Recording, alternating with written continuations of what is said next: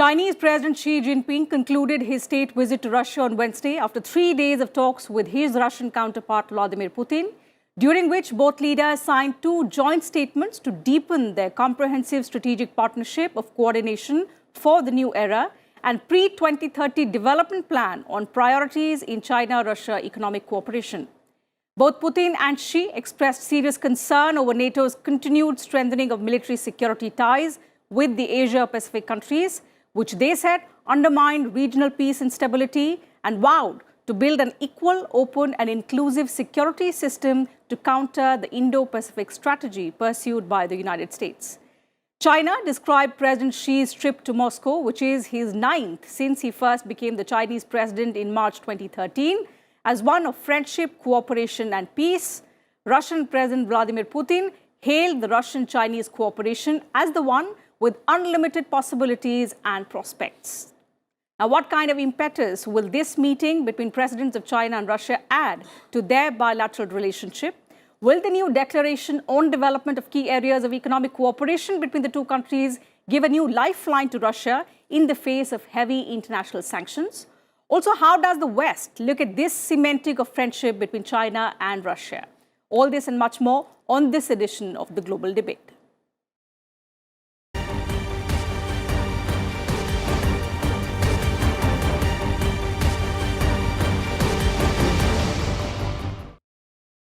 Hello and welcome to the program. I'm Tina Jha. To talk about the symbolism and outcomes of Xi Jinping's Moscow visit, I have with me an illustrious panel. So let me begin by introducing them to you.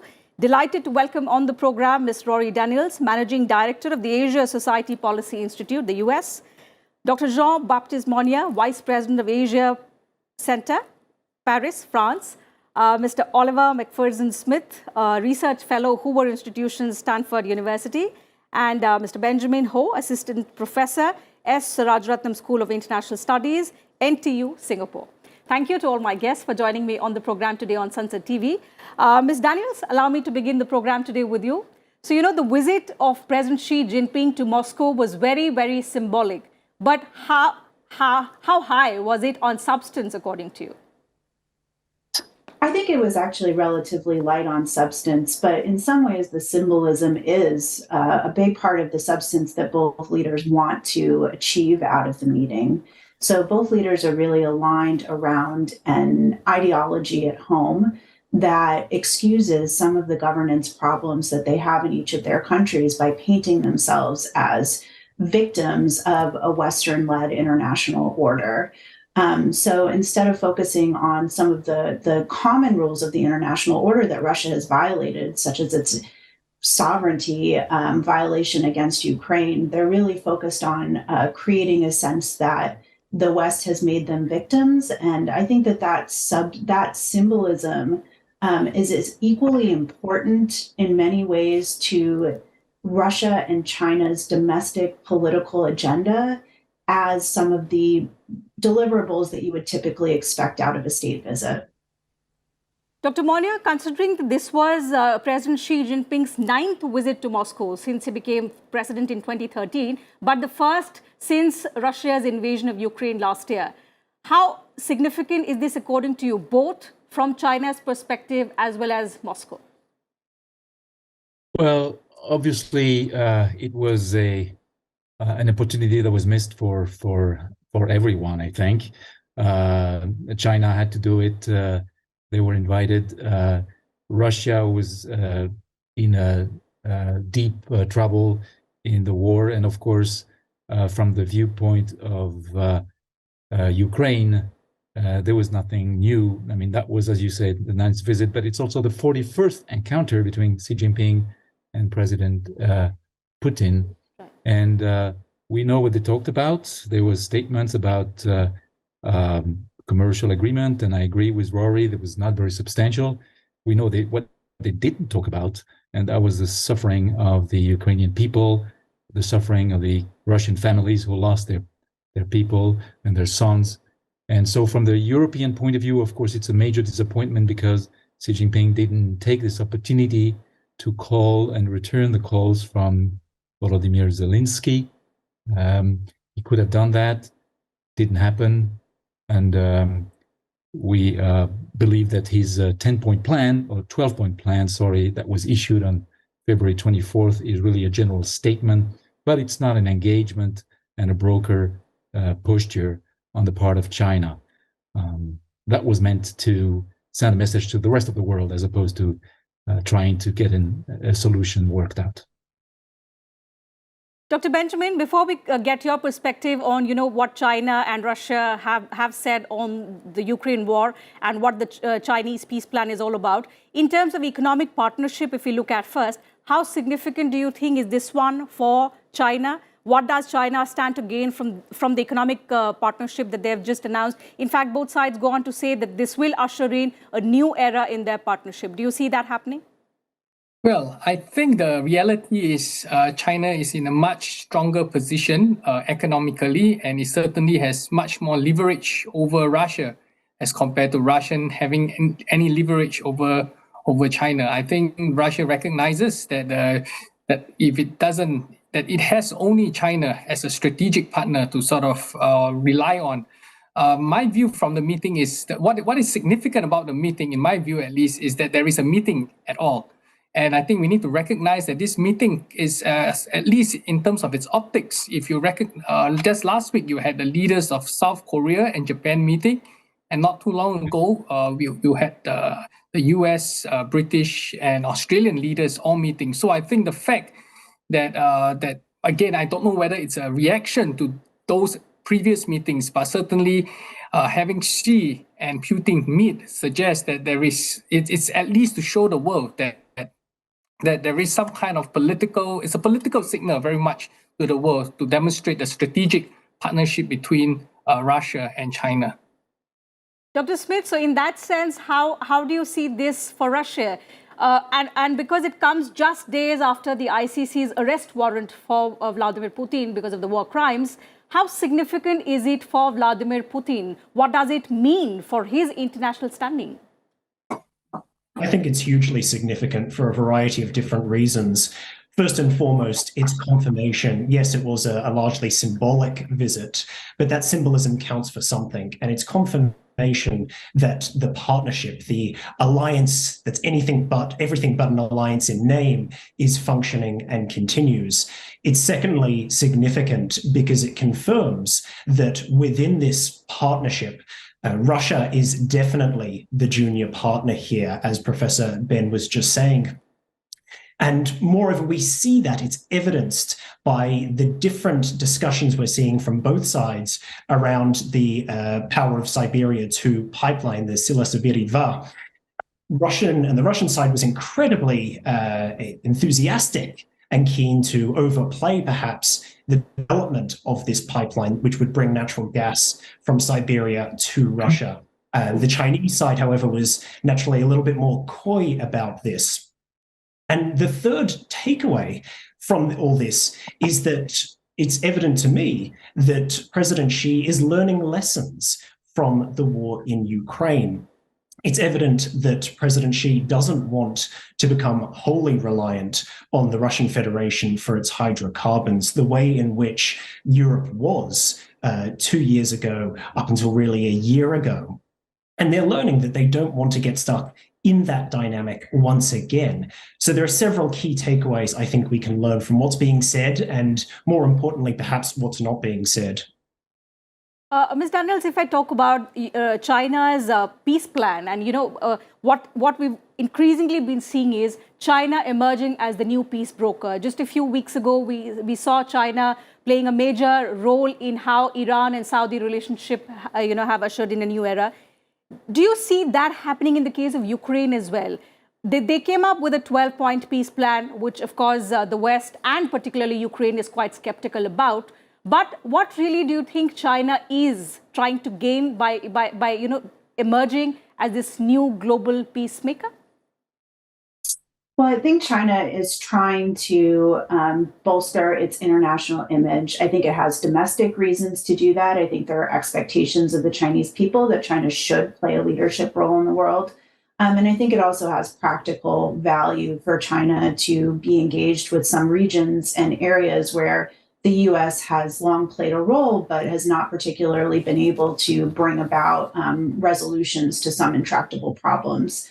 However, I think that China can only do that type of work if there are two willing partners. So in the case of the Middle East, it is clear that the partners were willing to come together and reach an agreement.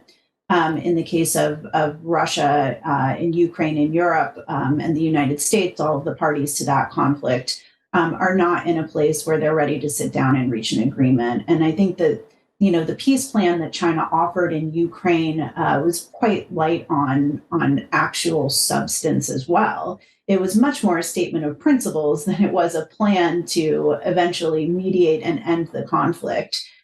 So I think, China is doing its part to take advantage of situations where parties are willing to sit down and negotiate. But it is not in itself a driver of those negotiations as much as a broker of parties who are ready.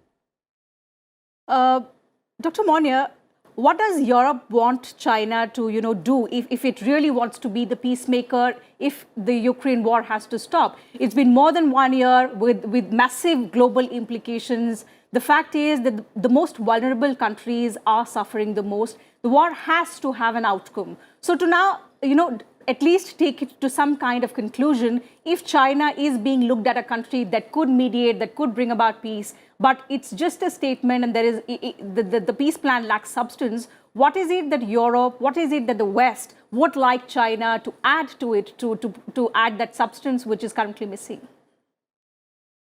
Tina, it's interesting. I was meeting with a Chinese official a few months ago, and he was complaining because the image of Russia, the image of China in Europe was terrible. The sentiment was bad. Of course, there was COVID, but now the war was happening, and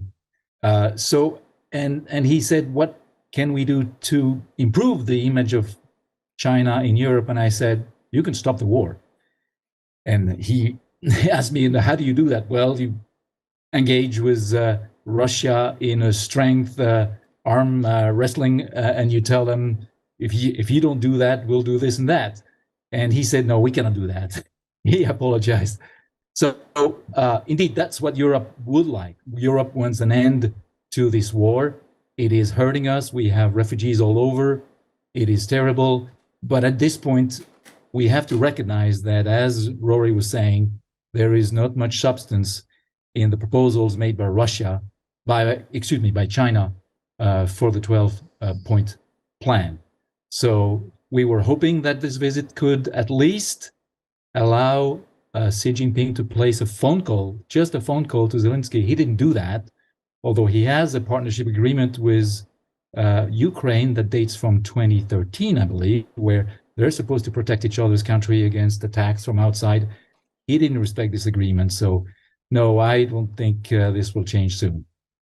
At about the same time, Dr. Monia, the Japanese Prime Minister was also in Ukraine.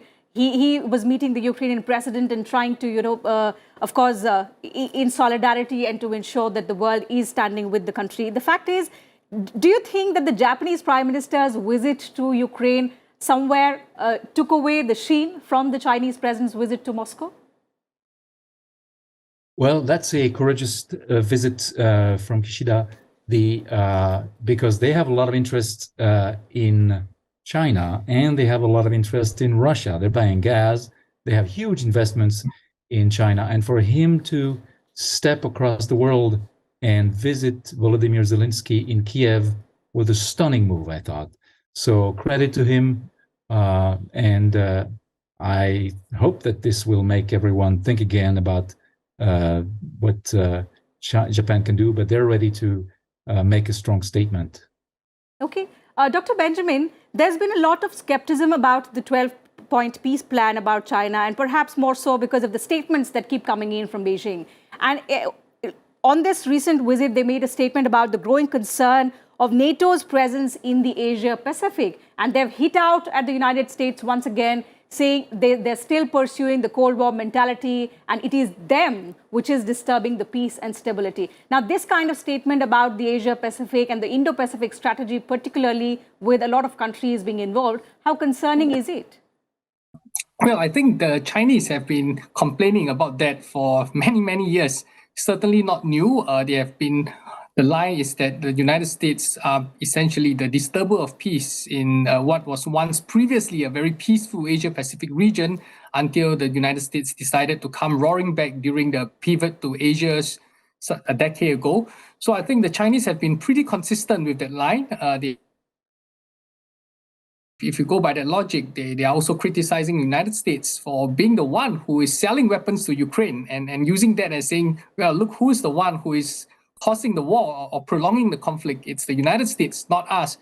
So I think it is a kind of almost a case of demonizing the United States. And I think this is very much part of the Chinese narrative in the last decade or so, certainly much more intense in the last 3 to 4 years, but I think it is a continuity from Chinese concerns that the US is basically trying to interfere in matters relating to Chinese periphery. But Dr. Smith, the fact that it in a way also justifies Russia's invasion of Ukraine, the fact that NATO's presence is being seen as a threat to security, not just by Russia, but also by China. It's being, connected to the security, the sovereignty, the territorial integrity of countries, and because of which, in a way, it's being justified? Well, look, let me say first and foremost that peace agreements are great. We should be seeking to achieve peace in a variety of conflicts around the world. But I would be very cautious to describe China as a new peacemaker. Let's start with the peace agreement in the Middle East. The United States experience has been that signing peace agreements is really just the beginning of the process. So let's see how this agreement between Iran and Saudi Arabia really pans out in the long term. I hope it does. I really do. But let's just wait and see there before we crown China the new peacemaker. As for the 12-point plan for Ukraine, look, this is just a non-starter from the Ukrainian perspective. This legitimizes Russians' land grab, so to speak, in Ukraine. And this to forge an enduring peace here is going to take probably compromise from both sides, but let's see if China can get Vladimir Putin to compromise on any of his objectives within Ukraine. I remain highly skeptical, but nonetheless very much hopeful for peace. Ms. Daniel, so let's talk about the future now. What we are currently seeing is that economic sanctions, perhaps a weaker Russia, has brought it closer to China. What we're also seeing is that bilateral trade between both countries has surged over the past 1 year. And particularly if we look at the energy trade numbers, they've soared. If Moscow finds its market in Asia, which it has already begun to do, and China's energy needs, of course, we are seeing are growing, and this economic partnership continues to bloom as we are seeing, what do the international sanctions then mean for Russia? International sanctions are always have some unintended consequences. So in this case, the function of the sanctions has been to push Russia toward countries that are less concerned with the sanctions. That doesn't mean that China and Russia are violating the sanctions in any way. They're allowed to do bilateral trade under the current sanctions regime. But what it does signal, I think, is that China is very good at filling in vacuums where the U.S. has left in international relations. So in this case, as the U.S. and the West quit their trade with Russia, isolated Russia in the international financial and economic system, China was there to fill in that gap. I think over time that the China-Russia relationship is based on transactions and transactionalism and is not particularly, at this point, transformative in terms of creating some sort of unalienable block against the West. But we're certainly seeing trends to move more and more in that direction. And as the two countries become increasingly economically dependent on each other, if that ends up being the case, if China fills in totally the gap that has been left by the West as it pulled out of Russia due to international sanctions, then we're going to be in a very precarious situation where we are seeing a bifurcation of the international financial and economic system that could lead towards some of the more risky and potentially conflict-driven dynamics in the international environment where we would have two blocs competing in a Cold War-style formula. We're not there. We're not even close. I have to note that U.S.-China bilateral trade has also grown in the last year. It hit record numbers last year. But certainly these are trends that we should all be watching, we should all be interested in, and we should be thinking about what the long-term implications are. Okay, Professor Monia, the fact that Russia is, of course, found new markets in terms of its energy supplies. Europe, which was a lot dependent on Russia, how is Europe managing to fulfill its energy needs? It's been nothing else but a miracle. We've reacted very quickly, and yes, the pipelines have blown up in the Nord Stream pipeline. We've reorganized LNG shipment from the United States, from Middle East, and we've gone through the winter without getting cold. So that is a remarkable agility from the governments, the leaderships in Germany in particular, because they don't have nuclear energy any longer. They just maintain 3 plants that they prolonged forward, but other than that, they're using some oil. And so that means, yes, Europe is able to readjust and live through without being hurt. Now, it is, of course, hurting general global growth. It is creating pain in many other countries, from food supplies to energy security. Things are tight, things are expensive. It hurts inflation for every country, north and south. So no, there's no good news out of the war like that. But yes, we've been able to avoid the worst. Professor Benjamin, through this visit, what we're seeing, and with the kind of declarations that both sides have spoken about, both sides have, in a way, cemented their relationship. But does this also indicate that more and more sanctions on Russia, pushing Putin towards China, means China now has more leverage over Russia? And what does it mean for the China-Russia relationship in future?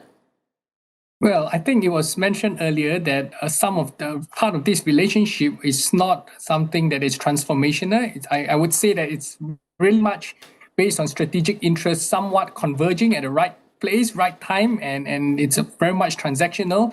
It really remains to be seen long term how this is going to pan out.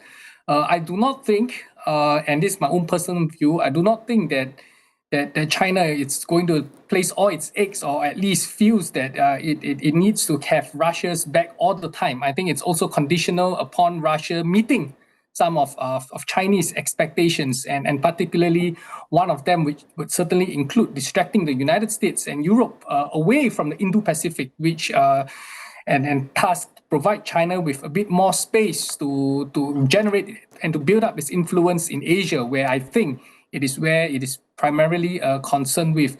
So moving forward, I would say let's give it some time. The handshake doesn't mean that things would be all positive moving forward. There will be sure to be frictions going down the road. But I think at the moment, as we see, part of the strategic interest is really demonstrating some kind of authoritarian solidarity to what they view as Western interference into their own domestic regimes.